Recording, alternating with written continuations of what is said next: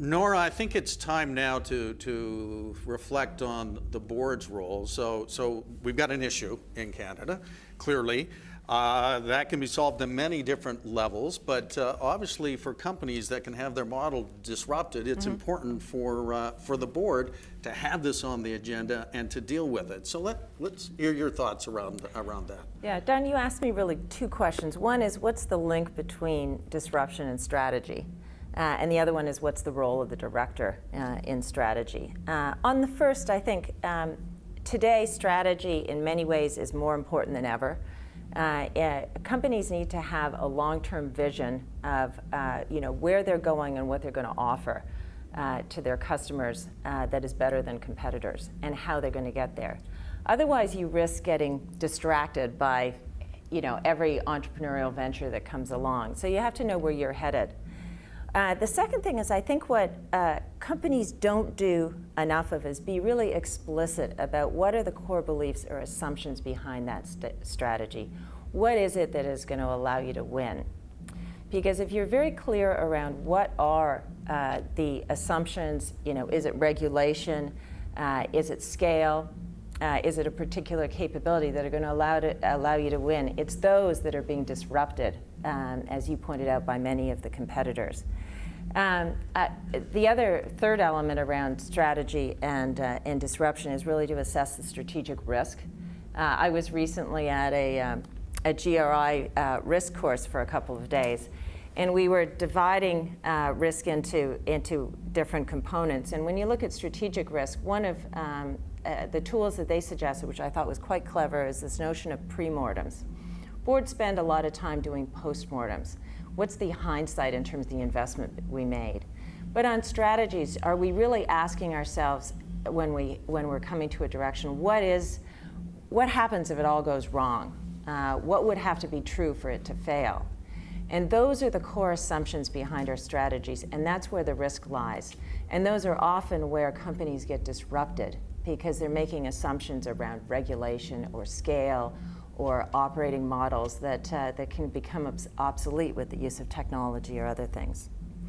So, I think boards have to be prepared to understand the long-term vision, the assumptions, test the strategy, and also be prepared to revisit that strategy regularly. This isn't a once-a-year discussion anymore. It really is against the trends, what are some of the threats or opportunities for our company? Now, in that, what is the role of the director? And there's been a lot of debate around that question. I would say I don't think the role of a director has changed. What I do think is that the expectations around the execution of that role are much greater than they've ever been. So the role of a director is to engage in constructive dialogue around the development of the strategy, ultimately approve it once you are confident as a group that there is a reasonable chance that it's achievable, that you're going to get an appropriate return for the level of risk, and that level of risk is appropriate for the company. But in terms of execution, I think boards today need to be much more engaged in the strategy on a regular basis. They have to make sure that they're reallocating capital against the priorities and growth opportunities in that strategy.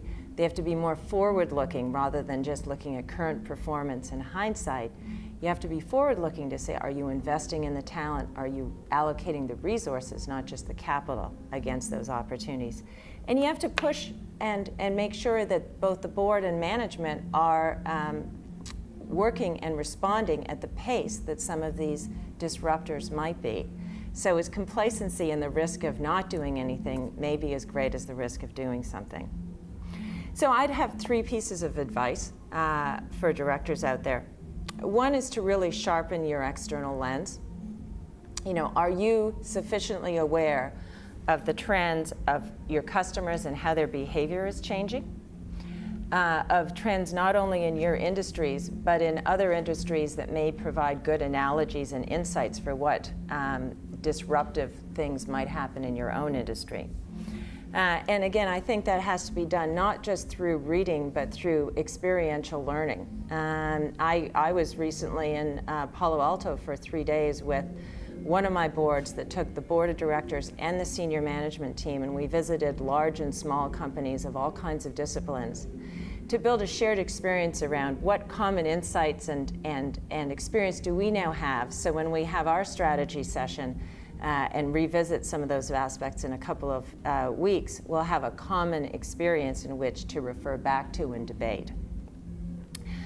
Three of my four boards actually, have had what I'd call a technology fair, where they could bring to a board meeting and set up innovations, partnerships, things that they've got under pilot, so that the directors could actually experience them, try them out. And that gives you a feeling that is, it's much more concrete when you're debating, should we invest in these innovations or not? You have a sense of the nature of those types of investments. The second point is really understanding your firm's performance drivers. And this is going beyond the P&L or the balance sheet to say, what is it among our operations, our organization, our economics that are really going to be our strengths that will allow us to continue to deliver value. There was a recent McKinsey survey of about 700 directors that said only 22% of those directors felt they were really comfortable in understanding how their firm added value. That's a frightening point. And again, how do you go about doing that? I'm someone that likes to go out and kick the tires, and I do think being out in the field, talking to management, understanding your firm's operations is going to give you the context in which to be able to understand what your competitive advantages are or your risks of disruption. Again, a couple of examples from my boards. I'm on a couple of American boards. Both of those companies rotate the locations of their director meetings about half the time, so that we have the opportunity to spend time in the field. And we'll go out with a part of the executive team and some local management to visit, and these are both retail boards, stores of our own company, of competitors, visit dairy plants or other things in the case of one of my boards.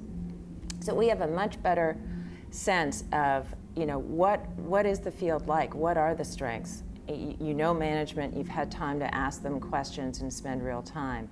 And it's that understanding combined with the external trends that'll allow you to be what I'd call the third point is an agile leader.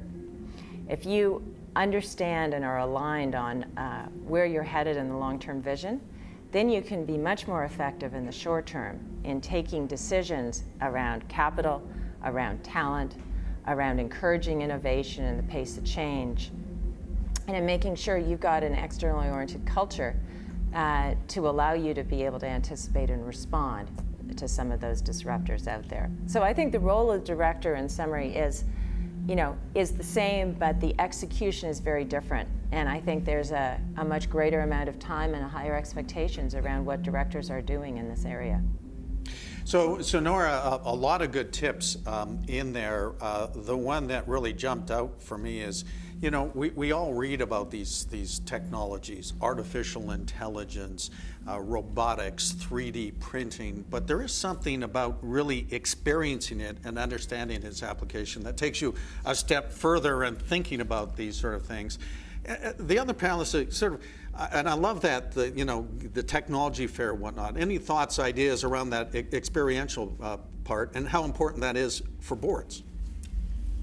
I think it's critically important for boards. I think it's also an important message for management, because management can often wants to protect the board, kind of keep them in a bubble, and restrict their access to the depths of an organization. And really, for board members to do their job well, they have to be able to kick the tires, as Nora said. They have to be able to get in the stores and see the store.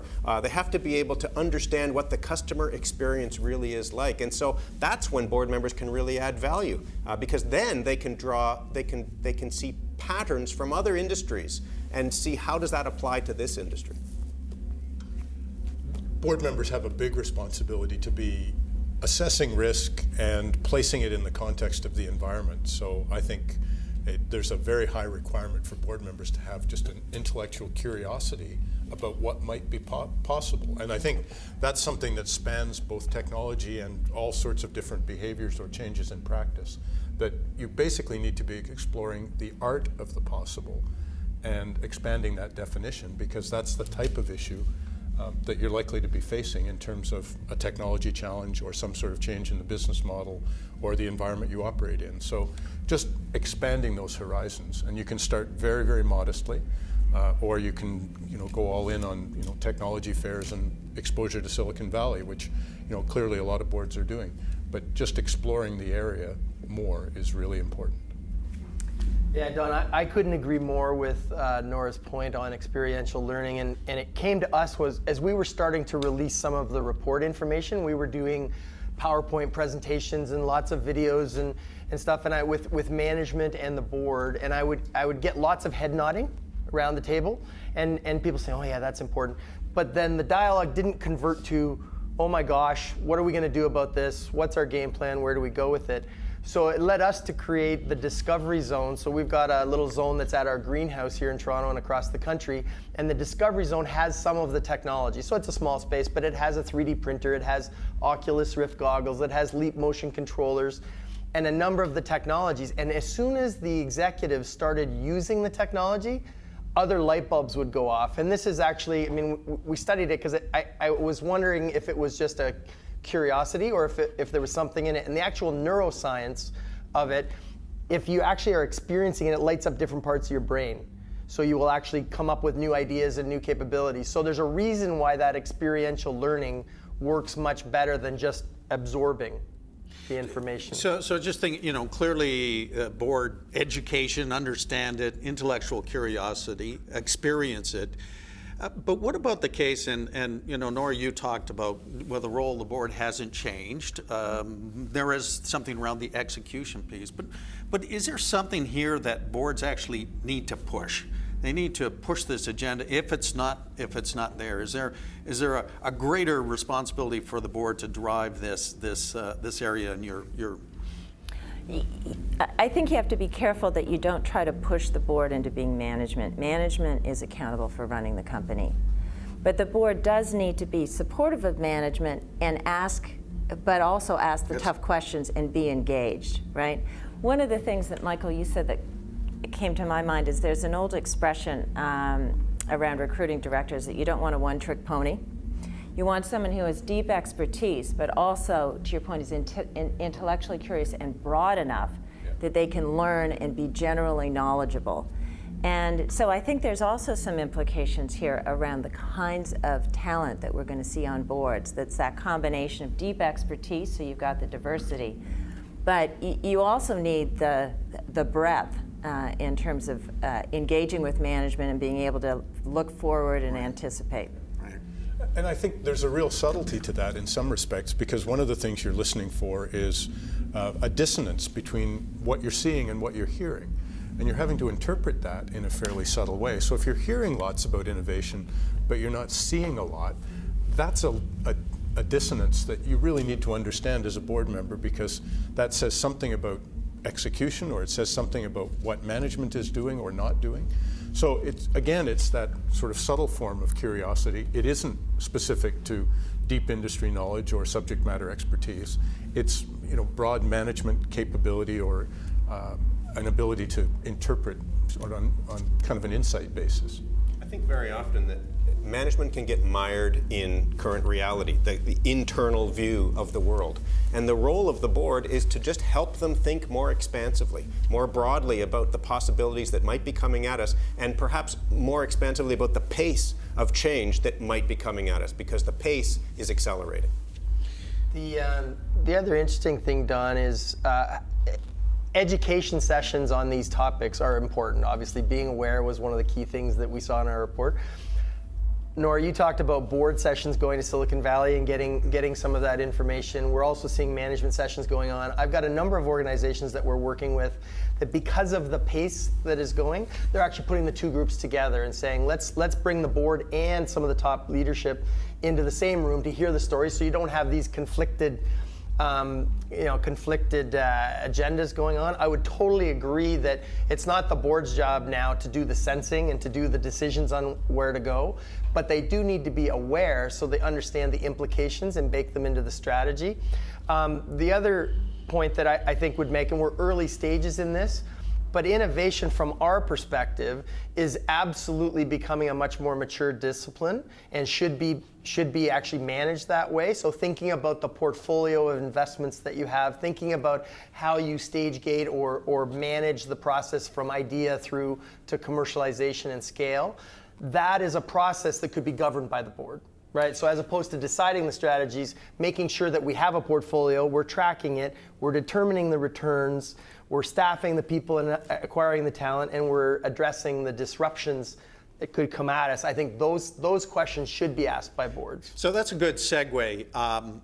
We had a little discussion beforehand about, how much time does the board have to spend on this area? Yes, strategy and risk clearly need to take time. Tim, I picked up your point, half a day, I think a better part of the day, around the shared economy and what's the implications in terms of an impact on our business model. So then one naturally jumps to, and some organizations are setting up committees now to say, whatever you call it, technology, it's not just technology, it's often a technology and innovation committee. But what they're saying is we need to spend some more time on it, a little deeper dive, still things going up to the board. But your thoughts and reactions, I don't think it's widespread, but it is starting to get there. So your thoughts around actually setting up a committee to do this?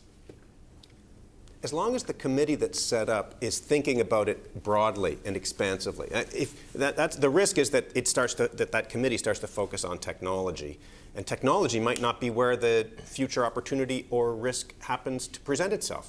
So, to some extent, my way of thinking is that this is the total board's responsibility. I don't see it as just a committee's responsibility, but if a committee is struck to do this, they've got to think broadly. I think this goes to the basic issue that boards are being asked to do more work, and being a board member is a more time-consuming activity. So I think there's a greater investment required just in terms of time and calories from the board. I'm reluctant to see things delegated to committees because I think to some degree it puts it out of sight and out of mind for other non-participants. So to Tim's earlier point, this has to be quite an organic piece of thought, and that really has to be pervasive across the board. I think you have to be careful around, are you talking about a strategy committee or a technology committee? I think strategy is the obligation of the board. I mean, it's the board that approves it. I think the creation of committees, boards have to be careful they don't have a committee for, every topic that comes along, right? There's some standard committees that need to be in place, audit, compensation, governance.